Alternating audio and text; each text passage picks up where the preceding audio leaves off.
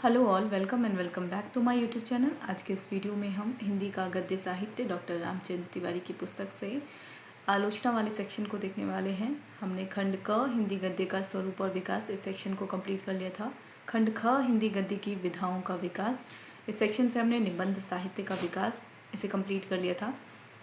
हिंदी आलोचना का विकास, इस सेक्शन से हम हिंदी के नए समीक्षक से संबंधित प्रश्नों को देख रहे थे, जिनमें हमने अंत किया था गिरजा कुमार माथुर तक। ठीक है, तो एक बार हम उनको देख लेते हैं।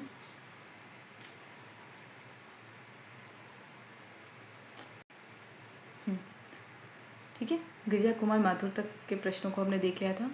आज हम डॉक्टर रघुवंश से प्रारंभ करने वाले हैं और इनकी रचनाओं से संबंधित प्रश्नों को हम देखेंगे। ठीक है, तो डॉक्टर रघुवंश, लक्ष्मीकांत वर्मा, डॉक्टर भवदेव पांडे, रामदरस मिश्र, विजयदेव नारायण शाही, इन समीक्षकों की रचनाओं को आज हम इस वीडियो में कवर करेंगे। तो बढ़ते हैं अपने मेन टॉपिक की ओर। आज का टॉपिक जो प्रारंभ होने वाला है वो है हमारे नए समीक्षक में डॉक्टर रघुवंश। इनका जीवन काल है 1921, इनका जन्मवर्ष है, मृत्यु वर्ष 2013। पहला प्रश्न इनसे संबंधित है, डॉक्टर रघुवंश की आलोचनात्मक कृतियों की विशेषता क्या है। ऑप्शन ए, नई समीक्षा के साथ गहरे स्तर पर जुड़े हुए हैं। ऑप्शन बी, आधुनिकता और सृजनशीलता पर केंद्रित हैं। सही उत्तर क्या होगा? डॉक्टर रघुवंश की आलोचनात्मक कृतियों की विशेषता क्या है? ऑप्शन सी है दोनों, ऑप्शन डी कोई नहीं। तो इस प्रश्न का सही उत्तर क्या होगा? सी, दोनों, यानी नई समीक्षा के साथ गहरे स्तर पर भी जुड़े हुए हैं, साथ ही आधुनिकता और सृजनशीलता पर भी केंद्रित है इनकी आलोचनात्मक कृतियाँ। अगला प्रश्न है, डॉक्टर रघुवंश के अनुसार आज का युग क्या है। ऑप्शन ए, अंध जड़ता का युग है। ऑप्शन बी, प्रगति का युग है। ऑप्शन सी, विकास का युग है। ऑप्शन डी, कोई नहीं। डॉक्टर रघुवंश के अनुसार आज का युग क्या है? सही उत्तर होगा ए, अंध जड़ता का युग है। रघुवंश के अनुसार क्या है? आज का युग अंध जड़ता का युग है। संबंधित तथ्य देख लेते हैं। डॉक्टर रघुवंश के अनुसार कहने के लिए हम धर्मनिष्ठ हैं, आदर्शवादी हैं, मानवतावादी हैं, पर सब कुछ होकर भी आंतरिक निष्ठा का बल हम में नहीं है जो जीवन धारा को अग्रसर करता है। तो अगर प्रश्न पूछा जाए कि यह कथन किसका है, तो उत्तर क्या होगा? डॉक्टर रघुवंश का यह कथन है। एक और पुनः हम उनके कथन को देख लेते हैं। डॉक्टर रघुवंश के अनुसार कहने के लिए हम धर्मनिष्ठ हैं, आदर्शवादी हैं, मानवतावादी हैं, पर सब कुछ होकर भी आंतरिक निष्ठा का बल हम में नहीं है जो जीवन धारा को अग्रसर करता है। अगला प्रश्न है, डॉक्टर रघुवंश के अनुसार नई कविता में क्या है। ऑप्शन ए, कुंठा, निराशा, अवसाद, आवेश। ऑप्शन बी, दुरूहता, अस्पष्टता, विशृंखलता। ऑप्शन सी, दोनों। ऑप्शन डी, कोई नहीं। सही उत्तर क्या होगा? सही उत्तर होगा दोनों, यानी रघुवंश के अनुसार नई कविता में कुंठा है, निराशा है, अवसाद है, आवेश है, साथ ही दुरूहता है, अस्पष्टता है, विशृंखलता है। संबंधित तथ्य देख लेते हैं। रघुवंश जी स्वीकार करते हैं कि आज की कविता में, यानी नई कविता में, कुंठा, निराशा, अवसाद, आवेश, दुरूहता, स्पष्टता, अस्पष्टता, विशृंखलता आदि है, किंतु इसे वे पिछले युगों की जड़अंध आस्था के प्रति गहरे विद्रोह की उपज मानते हैं। अगला प्रश्न है, डॉक्टर रघुवंश के अनुसार आधुनिकता क्या है। ऑप्शन ए, मूल्य दृष्टि। ऑप्शन बी, मूल्योपलब्धि। ऑप्शन सी, रचना दृष्टि। ऑप्शन डी, कोई नहीं। तो इस प्रश्न का सही उत्तर क्या होगा? रघुवंश के अनुसार आधुनिकता क्या है? मूल्य दृष्टि है। रघुवंश के अनुसार आधुनिकता मूल्य दृष्टि है। संबंधित तथ्य देख लेते हैं। उनकी दृष्टि में, यानी रघुवंश की दृष्टि में, आधुनिकता ना तो मूल्य दृष्टि है, ना मूल्योपलब्धि। उसे सामाजिक परिवेश के रूप में देखना भी भ्रम है। वस्तुतः आधुनिकता रचना दृष्टि है, शुद्ध सृजनशीलता। उसका ना कोई आदि, मध्य तथा अंत है, ना परिणाम ही। अतः वह एक ऐसी प्रक्रिया है जो मूल्य निरपेक्ष है, पर उसमें मूल्यों का बोध रचना के स्तर पर बना रहता है। इस अर्थ में उसे मूल्यों का स्रोत भी कहा जाएगा, तथा वह यथार्थ बोध का नया अनुभव संदर्भ भी प्रस्तुत करती है। तो इस रूप में अगर हम देखें तो रघुवंश के अनुसार आधुनिकता क्या है? वह रचना दृष्टि है, जिसका न आदि है, न मध्य है, न अंत है, न परिणाम है। वह एक ऐसी प्रक्रिया है जो मूल्य निरपेक्ष है, पर उसमें मूल्यों का बोध रचना के स्तर पर बना रहता है। इस अर्थ में उसे मूल्यों का स्रोत भी कहा जाएगा, यानी मूल्य का स्रोत भी है आधुनिकता, तथा वह यथार्थ बोध का नया अनुभव संदर्भ भी प्रस्तुत करती है। तो आधुनिकता की यह परिभाषा रघुवंश के अनुसार जो दी गई है वह आपके लिए महत्वपूर्ण हो जाता है। अगला प्रश्न है, डॉक्टर रघुवंश के अनुसार नई कविता का कवि क्या करना चाहता है? ऑप्शन ए, मानव व्यक्तित्व की स्वतंत्रता के लिए पिछले सारे बंधनों को तोड़कर आगे बढ़ना चाहता है। ऑप्शन बी, समाजवादी विचारधारा को महत्व देना चाहता है। ऑप्शन सी, प्रजातांत्रिक मूल्यों की बात करता है। ऑप्शन डी, कोई नहीं। यानी रघुवंश के अनुसार नई कविता का कवि क्या करना चाहता है? सही उत्तर होगा ए, मानव व्यक्तित्व की स्वतंत्रता के लिए पिछले सारे बंधनों को तोड़कर आगे बढ़ना चाहता है। डॉक्टर रघुवंश के अनुसार नई कविता का जो कवि है वह मानव व्यक्तित्व की स्वतंत्रता के लिए पिछले सारे बंधनों को तोड़कर आगे बढ़ना चाहता है। अगला प्रश्न है, डॉक्टर रघुवंश के अनुसार प्रजातांत्रिक और समाजवादी देशों में क्या संकट है? ऑप्शन ए, मानव व्यक्तित्व की प्रतिष्ठा पर संकट है। ऑप्शन बी, आर्थिक संकट है। ऑप्शन सी, सामाजिक संकट है। ऑप्शन डी, कोई नहीं। सही उत्तर होगा ए, मानव व्यक्तित्व की प्रतिष्ठा पर संकट है। डॉक्टर रघुवंश के अनुसार प्रजातांत्रिक और समाजवादी देशों में क्या संकट है? मानव व्यक्तित्व की प्रतिष्ठा पर संकट है। संबंधित तथ्य है, उनकी मान्यता है कि इस प्रकार वर्तमान परिस्थिति में प्रजातांत्रिक तथा समाजवादी दोनों ही विचारधाराओं को स्वीकार करने वाले देशों में समान रूप से मानव व्यक्तित्व की प्रतिष्ठा पर संकट है। अगला प्रश्न है, डॉक्टर रघुवंश के अनुसार हमें क्या करना है? ऑप्शन ए, यांत्रिक जड़वाद से आगे बढ़कर वैयक्तिक स्वतंत्रता का आह्वान करना है। नए मानवतावाद की प्रतिष्ठा करना है। ऑप्शन सी, दोनों। ऑप्शन डी, कोई नहीं। सही उत्तर होगा रघुवंश के अनुसार हमें यांत्रिक जड़वाद से आगे बढ़कर वैयक्तिक स्वतंत्रता का आह्वान भी करना है, साथ ही नए मानवतावाद की प्रतिष्ठा भी करना है। अगला प्रश्न है, डॉक्टर रघुवंश के अनुसार आलोचना में क्या महत्व है? किसे महत्व देना है? ऑप्शन ए, वातावरण, परिस्थिति, युग जीवन, सांस्कृतिक मूल्य। ऑप्शन बी, रचना प्रक्रिया, कवि की मनःस्थिति। ऑप्शन सी, दोनों। ऑप्शन डी, कोई नहीं। डॉक्टर रघुवंश के अनुसार देखें तो आलोचना में किसे महत्व देना है? तो पहला पॉइंट क्या होगा? वातावरण, परिस्थिति, युग जीवन, सांस्कृतिक मूल्य। दूसरा, रचना प्रक्रिया, कवि की मनःस्थिति। यानी दोनों ही उत्तर इसका सही है। अगला प्रश्न है,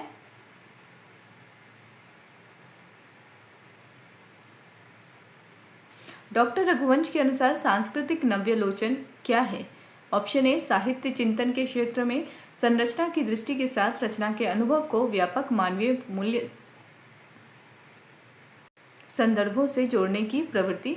ऑप्शन बी, नई कविता की विशेषता है। ऑप्शन सी, आधुनिकता की विशेषता है। ऑप्शन डी, कोई नहीं। तो डॉक्टर रघुवंश के अनुसार सांस्कृतिक नव्यालोचन क्या है? साहित्य चिंतन के क्षेत्र में संरचना की दृष्टि के साथ रचना के अनुभव को व्यापक मानवीय मूल्य संदर्भों से जोड़ने की प्रवृत्ति को सांस्कृतिक नव्यालोचन कहते हैं। संबंधित तथ्य देख लेते हैं। रघुवंश जी का झुकाव सांस्कृतिक नव्यालोचन की ओर प्रतीत होता है।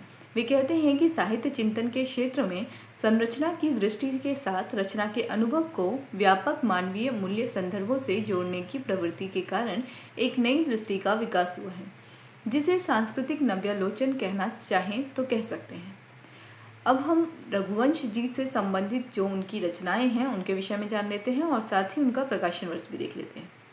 तो इनकी 4 आलोचनात्मक कृतियां हैं, जिनमें पहला है साहित्य का नया परिप्रेक्ष्य, समय है 1963।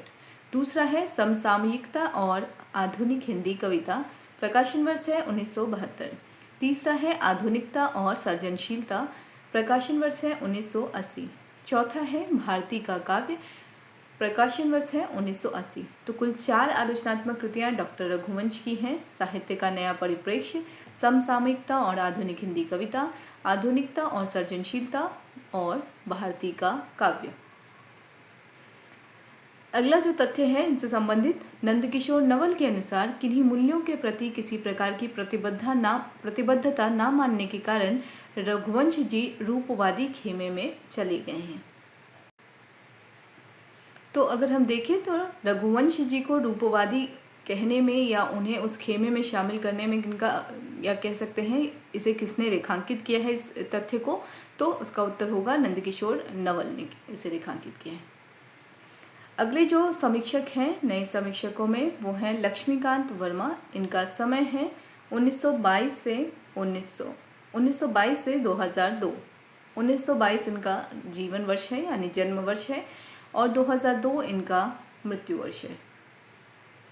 इनसे संबंधित जो पहला प्रश्न है वह हम देख लेते हैं। पहला प्रश्न है लक्ष्मीकांत वर्मा की विशेषता क्या है। ऑप्शन ए नई कविता के प्रथम दौर के समीक्षकों में उल्लेखनीय हैं। ऑप्शन बी इनकी आलोचनात्मक कृतियां आधुनिकता और सृजनशीलता पर केंद्रित हैं। ऑप्शन सी दोनों। ऑप्शन डी कोई नहीं। सही उत्तर क्या होगा, दोनों, यानी नई कविता के प्रथम दौर के समीक्षकों में भी उल्लेखनीय हैं, साथ ही इनकी आलोचनात्मक कृतियां आधुनिकता और सृजनशीलता पर केंद्रित हैं। अगला प्रश्न है लक्ष्मीकांत वर्मा की पहली पुस्तक का नाम क्या है। ऑप्शन ए नई कविता के प्रतिमान, ऑप्शन बी नए प्रतिमान पुराने निकष, ऑप्शन सी लघु मानव, ऑप्शन डी कोई नहीं। सही उत्तर होगा नई कविता के प्रतिमान। नई कविता के प्रतिमान का समय है 1957। ठीक है, तो आपके लिए महत्वपूर्ण है, लक्ष्मीकांत वर्मा की यह कृति है। अगला प्रश्न है लक्ष्मीकांत वर्मा के अनुसार नई कविता का केंद्र क्या है। ऑप्शन ए लघु मानव, ऑप्शन बी आधुनिकता, ऑप्शन सी व्यक्तित्व, ऑप्शन डी कोई नहीं। सही उत्तर होगा, तो इस प्रश्न का सही उत्तर क्या होगा, लक्ष्मीकांत वर्मा के अनुसार नई कविता के केंद्र में है लघु मानव। ठीक है, तो ऑप्शन ए इसका सही उत्तर होगा। अगला प्रश्न है लक्ष्मीकांत वर्मा के अनुसार नए कवियों की विशेषता क्या है। ऑप्शन ए विषय वस्तु की नवीनता, स्वस्थ व्यक्तित्व और व्यंजना के प्रति ईमानदारी, ऑप्शन बी बौद्धिक आधार, सर्वथा नई मान्यताओं के प्रति आग्रह, ऑप्शन सी दोनों, ऑप्शन डी कोई नहीं। लक्ष्मीकांत वर्मा के अनुसार नए कवियों की विशेषता क्या है। सही उत्तर क्या होगा, दोनों। ए विषय वस्तु की नवीनता, स्वस्थ व्यक्तित्व और व्यंजना के प्रति ईमानदारी नए कवियों की विशेषता है, साथ ही बौद्धिक आधार, सर्वथा नई मान्यताओं के प्रति आग्रह भी इनकी विशेषता है। संबंधित तथ्य देख लेते हैं। नए कवियों के संबंध में आपने कहा था कि विषय वस्तु की नवीनता, स्वस्थ व्यक्तित्व और व्यंजना के प्रति ईमानदारी, बौद्धिक आधार, सर्वथा नई मान्यताओं के प्रति आग्रह, ये चार विशेषताएं ऐसी हैं जिनसे उनका स्थान आधुनिकतम प्रवृत्तियों से सदैव संबद्ध रहेगा। तो नई कवियों के संबंध में है जो राय है या ये चार विशेषताओं का जो उल्लेख है वो किसने किया है, लक्ष्मीकांत वर्मा ने किया है। अगला प्रश्न इनसे संबंधित देख लेते हैं। लक्ष्मीकांत वर्मा की दूसरी पुस्तक कौन सी है। ऑप्शन ए नए प्रतिमान पुराने निकष, ऑप्शन बी नई कविता के प्रतिमान, ऑप्शन सी लघु मानव, ऑप्शन डी कोई नहीं। सही उत्तर क्या होगा, नए प्रतिमान पुराने निकष उनकी दूसरी पुस्तक है। नए प्रतिमान पुराने निकष, इसका प्रकाशन वर्ष है 1966। पहले वाले का क्या था, 1957। ठीक है, नई कविता के प्रतिमान का 57, नए प्रतिमान पुराने निकष 66। ठीक है, तो ये दूसरी पुस्तक थी। अगला प्रश्न है लक्ष्मीकांत वर्मा के अनुसार अज्ञेय, शमशेर, सर्वेश्वर, भारती, कुंवर नारायण आदि कवियों में क्या है। ऑप्शन ए रोमानी भावुकता के अवशेष, ऑप्शन बी आधुनिकता की विशेषता, ऑप्शन सी व्यक्तित्व की विशेषता, ऑप्शन डी कोई नहीं। सही उत्तर होगा लक्ष्मीकांत वर्मा के अनुसार अज्ञेय, शमशेर, सर्वेश्वर, भारती, कुंवर नारायण आदि कवियों में रोमानी भावुकता के अवशेष हैं। तो ऑप्शन ए इसका सही आंसर होगा। अगला प्रश्न है डॉक्टर निर्मला जैन के अनुसार लक्ष्मीकांत वर्मा क्या हैं। ऑप्शन ए नई कविता के व्याख्याकार हैं, ऑप्शन बी नई कविता के बाद की गैर रोमानी कविता के उद्घोषक हैं, ऑप्शन सी दोनों, ऑप्शन डी कोई नहीं। सही उत्तर होगा दोनों। निर्मला जैन के अनुसार लक्ष्मीकांत वर्मा नई कविता के व्याख्याकार भी हैं, नई कविता के बाद की गैर रोमानी कविता के उद्घोषक भी हैं। संबंधित तथ्य देख लेते हैं।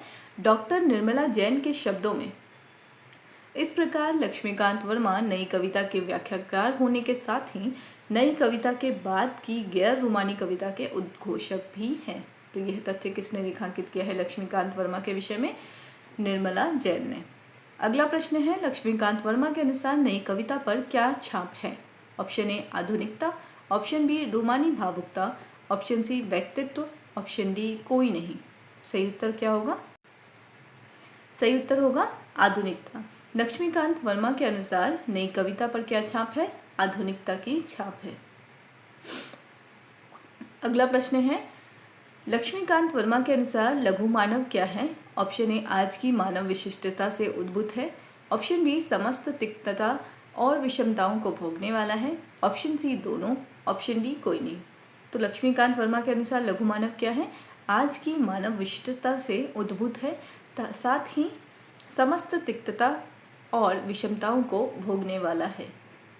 संबंधित तथ्य हम देखेंगे बाद में। अगला प्रश्न है, लक्ष्मीकांत वर्मा के अनुसार नई कविता का उद्देश्य क्या है? ऑप्शन ए लघु मानव के लघु परिवेश की अभिव्यक्ति, ऑप्शन बी आधुनिकता की विशेषता, ऑप्शन सी व्यक्तित्व की विशेषता, ऑप्शन डी कोई नहीं। तो लक्ष्मीकांत वर्मा के अनुसार नई कविता का उद्देश्य क्या है? लघु मानव के लघु परिवेश की अभिव्यक्ति। संबंधित तथ्य हम देख लेते हैं।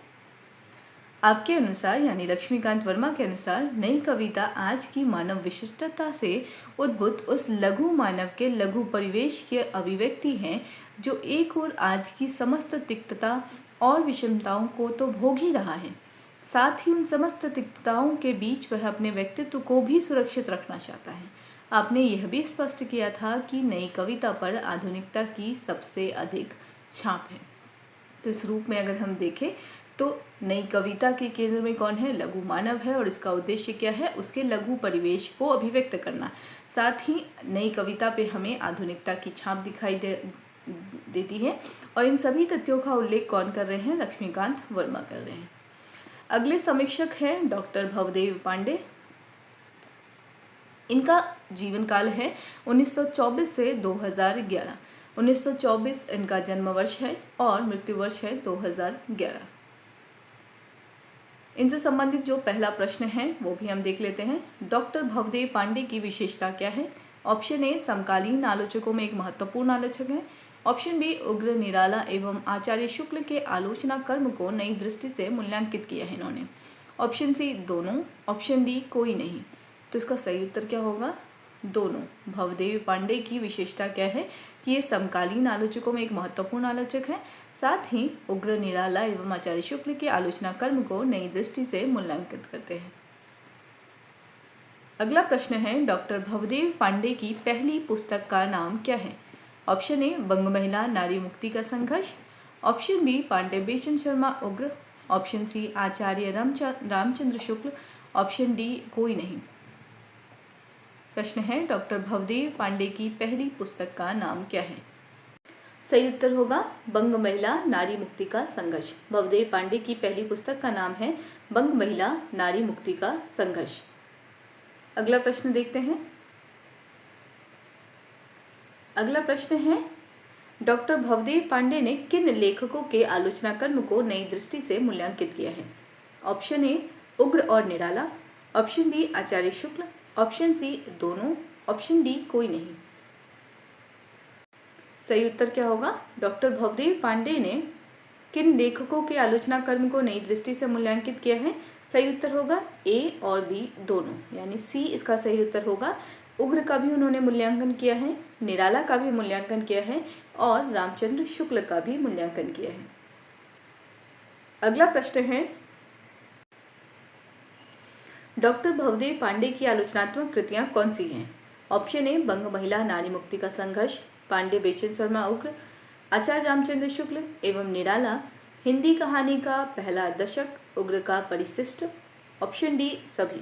सही उत्तर क्या होगा? सभी, यानी बंग महिला नारी मुक्ति का संघर्ष और पांडे बेचन शर्मा उग्र इनकी कृति है, आचार्य रामचंद्र शुक्ल और निराला भी इनकी कृति है, हिंदी कहानी का पहला दशक और उग्र का परिशिष्ट ये भी इनकी आलोचनात्मक कृति है। किनका? डॉक्टर भवदेव पांडे का। अगला प्रश्न है, डॉक्टर भवदेव पांडे की आलोचनात्मक कृति उग्र का परिशिष्ट। आलोचनात्मक कृति का क्या नाम है? उग्र का परिशिष्ट का प्रकाशन वर्ष क्या है? Option A 1999, option B 2001, option C 2003, option D 2008। सही उत्तर क्या होगा? 2008। उग्र का परिशिष्ट 2008 में पब्लिश हुआ है। ठीक है, अगला जो इनका रचना देखें तो अगर हम डॉक्टर भवदेव पांडे की आलोचनात्मक या रचनात्मक उनकी जो कृतियां हैं उनमें सबसे पहला नाम है बंग महिला नारी मुक्ति का संघर्ष, प्रकाशन वर्ष 1999। अगला है पांडे बेचन शर्मा उग्र, प्रकाशन वर्ष 2001। आचार्य रामचंद्र शुक्ल, प्रकाशन वर्ष 2003। और अगला है एवं निराला अलग है, निराला 2004। हिंदी कहानी का पहला दशक 2006। उग्र का परिशिष्ट 2008। आलम 2008। तो ये सभी रचनाएं आलोचनात्मक कृतियाँ किनकी हैं? डॉक्टर भवदेव पांडे की हैं। एक बार पुनः हम देख लेते हैं। बंग महिला नारी मुक्ति का संघर्ष, पांडे बेचन शर्मा उग्र, आचार्य रामचंद्र शुक्ल एवं निराला, हिंदी कहानी का पहला दशक, उग्र का परिशिष्ट, आलम। अगर हम पुस्तक में देखें तो पुस्तक में एवं निराला ही है, शुक्ल के बाद कॉमा है, उसके बाद एवं निराला है, तो ये दूसरी रचना है अलग। इस रूप में मैंने एवं रहने ही दिया। ठीक है, तो अगर आप भी देखेंगे पुस्तक में तो वो एवं निराला है। अब एवं निराला ही पुस्तक का नाम है या सिर्फ निराला है ये ज्ञात नहीं है। ठीक है, तो अगर आप सर्च करके देखना चाहें तो भवदेव पांडे की जो निराला से संबंधित पुस्तक है, आलोचनात्मक कृति है, उनको एक बार देख लें। ठीक है, अगले जो रचनाकार यानी समीक्षक हैं हमारे साथ वो हैं डॉक्टर रामदरश मिश्र। डॉक्टर रामदरश मिश्र, इनका जो जीवन काल या समय है, जीवन वर्ष है 1924 और अभी हाल ही में इनकी मृत्यु हुई है। तो अगर हम देखें तो 2025 में ही इनकी मृत्यु हुई है। तो इनका पूरा समय हो गया 1924 से 2025। 24 इनका जन्म वर्ष और 25 इनका मृत्यु वर्ष है। ठीक है, अगला जो प्रश्न है रामदरश मिश्र से संबंधित है। रामदरश मिश्र की विशेषता क्या है? ऑप्शन ए, समीक्षा के सिद्धांत पक्ष और व्यवहार पक्ष दोनों से जुड़े हुए रहे हैं। ऑप्शन बी, कविता के साथ ही उपन्यास और कहानी की समीक्षा में भी प्रवृत्त हुए हैं। ऑप्शन सी, दोनों। ऑप्शन डी, कोई नहीं। सही उत्तर क्या होगा? दोनों। समीक्षा के सिद्धांत पक्ष और व्यवहार पक्ष दोनों से जुड़े रहे हैं, कविता के साथ ही उपन्यास और कहानी की समीक्षा में भी प्रवृत्त हुए हैं। अगला प्रश्न है रामदरश मिश्र की पहली पुस्तक का नाम क्या है? ऑप्शन ए, हिंदी समीक्षा के स्वरूप और संदर्भ। ऑप्शन बी, आधुनिक हिंदी कविता के सर्जनात्मक संदर्भ। ऑप्शन सी, कविता और कवि। ऑप्शन डी, कोई नहीं। सही उत्तर होगा ए, हिंदी समीक्षा के स्वरूप और संदर्भ। ठीक है, तो रामदरश मिश्र की पहली पुस्तक है हिंदी समीक्षा के स्वरूप और संदर्भ। इनसे संबंधित जो दो रचनाएं हैं इनकी वो हम देख लेते हैं। पहली इनकी रचना है हिंदी समीक्षा के स्वरूप और संदर्भ, प्रकाशन वर्ष है 1974। दूसरा है आधुनिक हिंदी कविता के सर्जनात्मक संदर्भ, इसका प्रकाशन वर्ष है 1986। तो ये दो आलोचनात्मक कृतियाँ किनकी हैं? रामदरश मिश्र की हैं। हिंदी समीक्षा के स्वरूप और संदर्भ 1974, आधुनिक हिंदी कविता के सर्जनात्मक संदर्भ 1986। अगला प्रश्न है डॉक्टर रामदरश मिश्र के अनुसार कवि क्या करता है? ऑप्शन ए, युग चेतना की सापेक्षता में नया सर्जन करता है। ऑप्शन बी, पिछले युग की सापेक्षता में हर नए युग का सर्जक कवि आधुनिक बोध वाला होता है। ऑप्शन सी, दोनों। ऑप्शन डी, कोई नहीं। सही उत्तर होगा दोनों। युग चेतना की सापेक्षता में नया सर्जन करता है, पिछले युग की सापेक्षता में हर नए युग का सर्जक कवि आधुनिक बोध वाला होता है।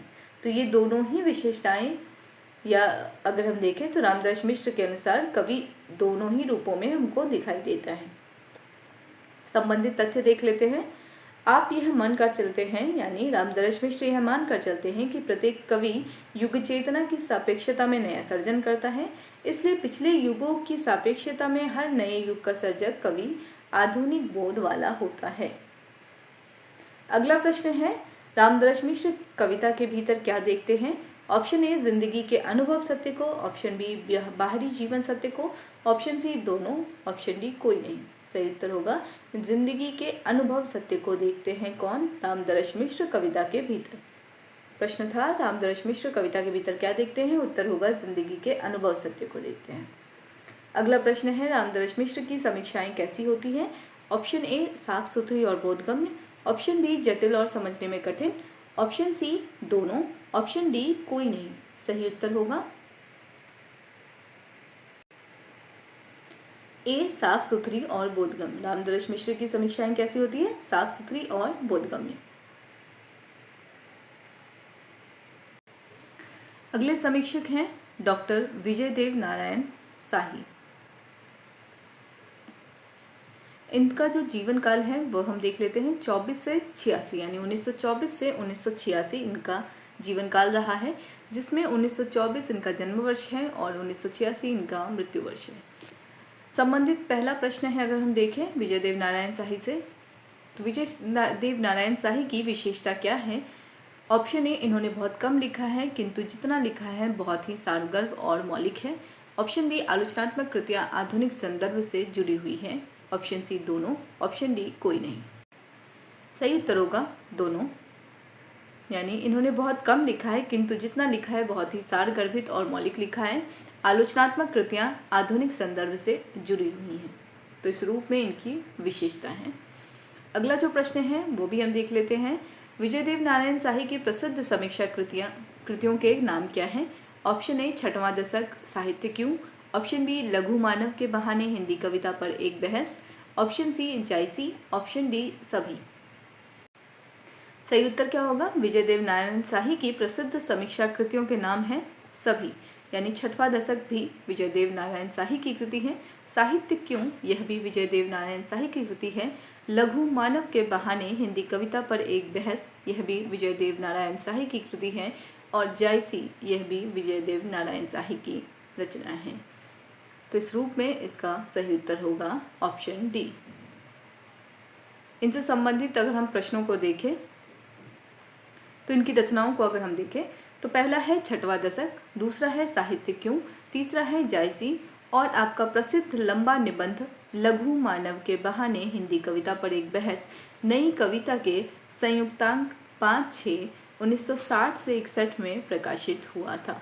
तो यह एक लंबा निबंध है, किसमें है? नई कविता के संयुक्तांक में प्रकाशित हुआ है। अगर हम देखें छठवां दशक जो इनकी आलोचनात्मक कृति है, इसका प्रकाशन वर्ष 1987 है। साहित्य क्यों, इसका प्रकाशन वर्ष 1988 है।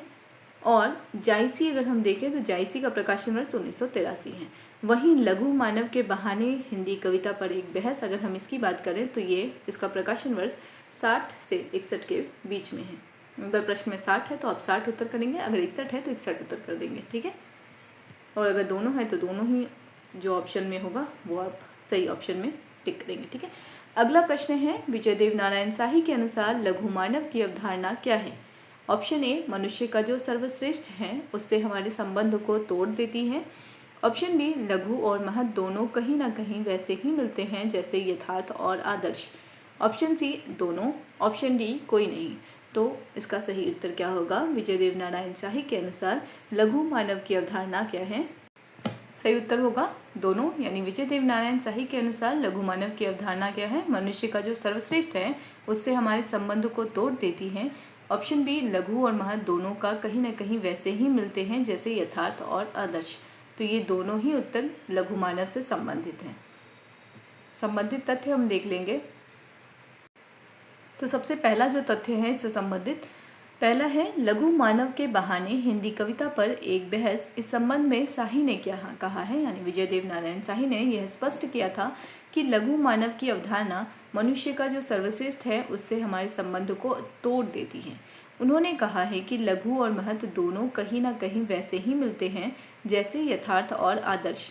इस संबंध में उन्होंने प्रसाद जी की सूक्ष्म दृष्टि की प्रशंसा करते हुए कहा था कि सबसे पहले प्रसाद जी ने ही यथार्थ को लघु से और आदर्श को महत् से संबंध किया है और यथार्थ और आदर्श दोनों को संबंधित दृष्टि से देखने की कोशिश की है।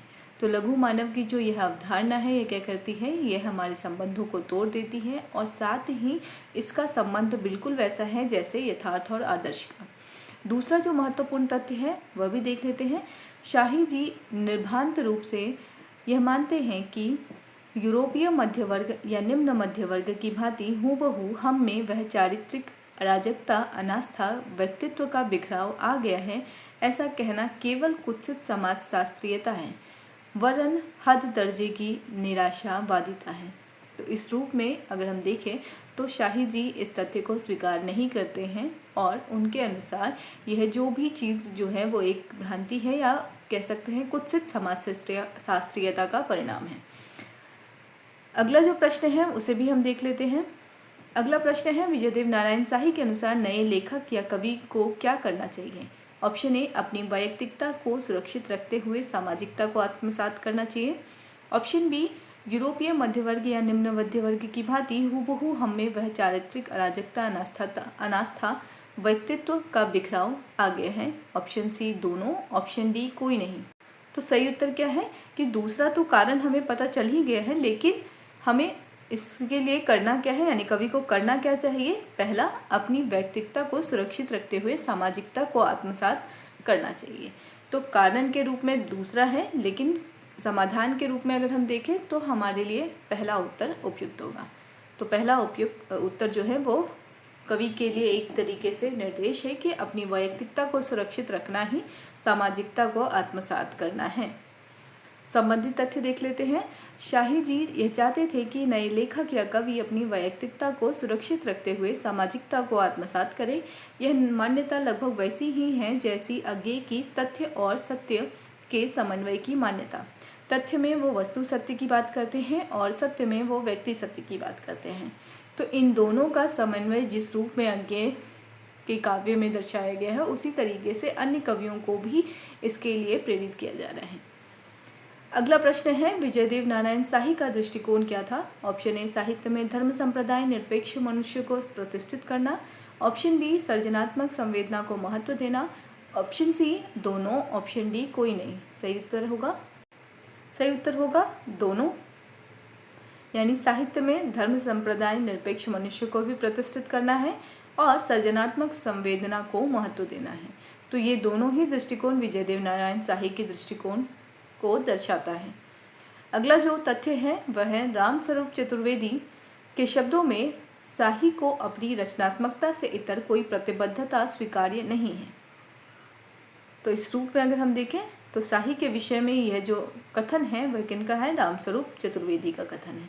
शाही को अपनी रचनात्मकता से इतर कोई प्रतिबद्धता स्वीकार्य नहीं है, यह तथ्य रेखांकित कर रहे हैं रामस्वरूप चतुर्वेदी। इस रूप में यह कथन महत्वपूर्ण हो जाता है। अगले समीक्षक हैं डॉक्टर जगदीश गुप्त। इनका समय है 1927 से 2001। 1927 इनका जन्म वर्ष है, 2001 इनका मृत्यु वर्ष है। डॉक्टर जगदीश गुप्त से संबंधित प्रश्नों को हम देख लेते हैं। सबसे पहला प्रश्न है, डॉक्टर जगदीश गुप्त नई कविता आंदोलन को किस दृष्टि से देखते थे? ऑप्शन ए, लोकमंगल की सच्ची भावना को प्रतिनिधित्व करने वाली दृष्टि से। ऑप्शन बी, पारंपरिक काव्य की निराशा वाली दृष्टि से। ऑप्शन सी, केवल आध्यात्मिक कविता की दृष्टि से। ऑप्शन डी, राजनीतिक कविता की दृष्टि से। तो डॉक्टर जगदीश गुप्त नई कविता आंदोलन को किस दृष्टि से देखते थे? सही उत्तर होगा ए, लोक मंगल की सच्ची भावना को प्रतिनिधित्व करने वाली दृष्टि से। तो नई कविता आंदोलन जगदीश गुप्त की नज़रों में क्या है? लोक मंगल की सच्ची भावना को प्रतिनिधित्व करने वाला है। संबंधित तथ्य देख लेते हैं।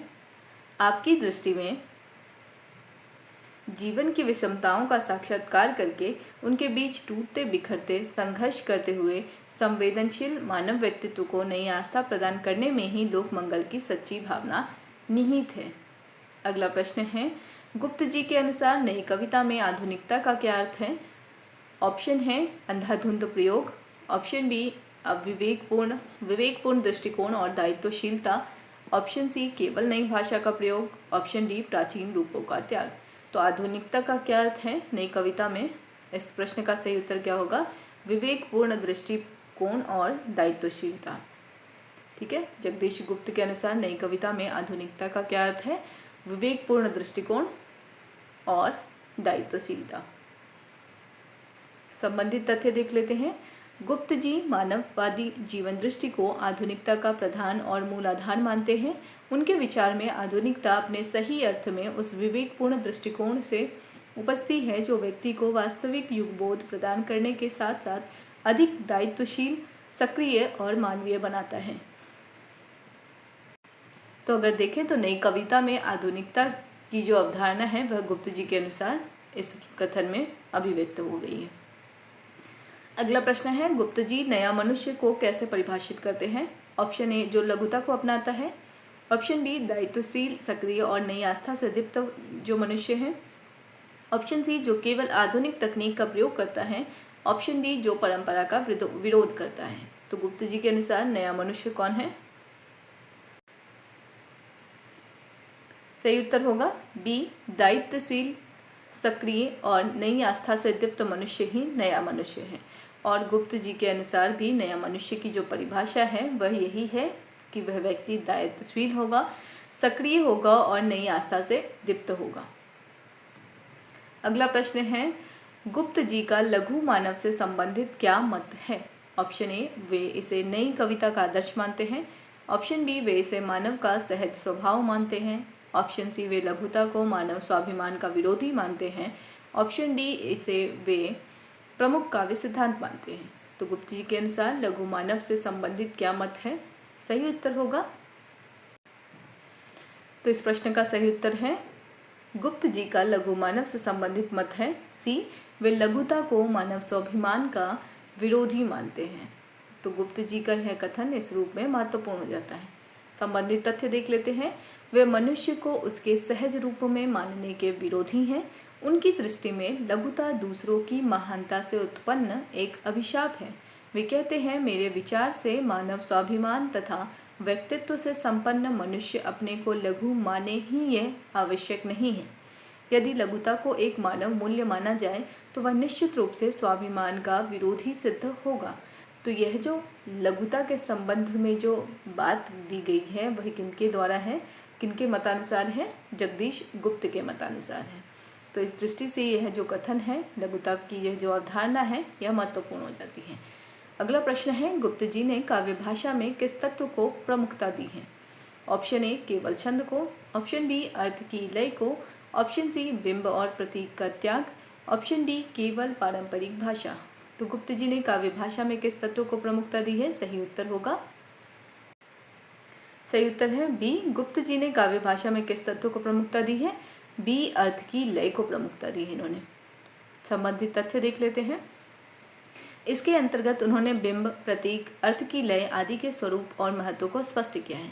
इस क्रम में उनकी अर्थ की लय संबंधी स्थापना ने आलोचकों का ध्यान विशेष रूप से आकृष्ट किया था। गुप्त जी ने कहा है, शब्द में लय की स्थिति तो परंपरा से मान्य रही है, छंद उसी का नियोजित रूप है, पर अर्थ की लय की ओर से बहुत कम लोगों का ध्यान गया है। गुप्त जी ने इस अर्थ की लय का संबंध नई कविता के रूप विधान से जोड़ा है। तो इस रूप में अगर हम देखें तो अर्थ की जो लय है यह काव्य भाषा का प्रमुख तत्व माना जाएगा।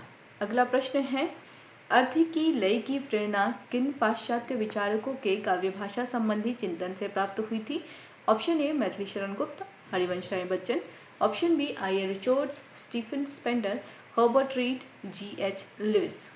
ऑप्शन सी, टैगोर, पाणिनि और वाल्मीकि। ऑप्शन डी, शेक्सपियर और मिल्टन। तो इसका सही उत्तर क्या होगा? B, I Richards, Stephen Spender, Herbert Read और जी.एच. लिविस। अगला प्रश्न है, गुप्त जी ने जी.एच. लिविस द्वारा प्रतिपादित भावनाओं की लय, जिसे रिदम ऑफ फीलिंग भी कहते हैं, से अपनी कौन सी स्थापना बनाई? जगदीश गुप्त ने जी.एच. लिविस द्वारा प्रतिपादित भावनाओं की लय से कौन सी स्थापना बनाई? ऑप्शन ए, रसानुभूति। ऑप्शन बी, अर्थ की लय। ऑप्शन सी, अलंकार शास्त्र। ऑप्शन डी, मीमांसा। तो भावनाओं की लय से उन्होंने बनाया अर्थ की लय।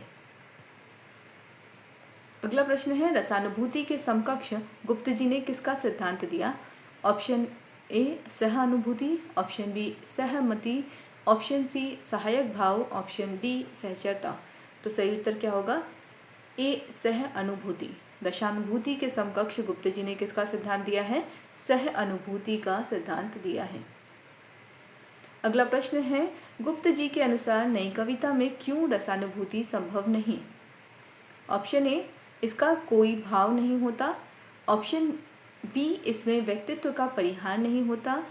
कवि और भावक दोनों के व्यक्तित्वों का सह अस्तित्व रहता है। ऑप्शन सी, यह केवल संगीतात्मक होती है। ऑप्शन डी, यह लोक कथा आधारित होती है। गुप्त जी के अनुसार नई कविता में क्यों रसानुभूति संभव नहीं है? सही उत्तर होगा बी, इसमें व्यक्तित्व का परिहार नहीं होता। कवि और भावक दोनों के व्यक्तित्व का सह अस्तित्व रहता है, इस कारण नई कविता में रसानुभूति संभव नहीं है। संबंधित तथ्य देख लेते हैं। गुप्त जी मानते हैं कि नई कविता में प्राचीन आचार्यों द्वारा निरूपित रसानुभूति संभव नहीं है, क्योंकि इसमें व्यक्तित्व का परिहार नहीं होता।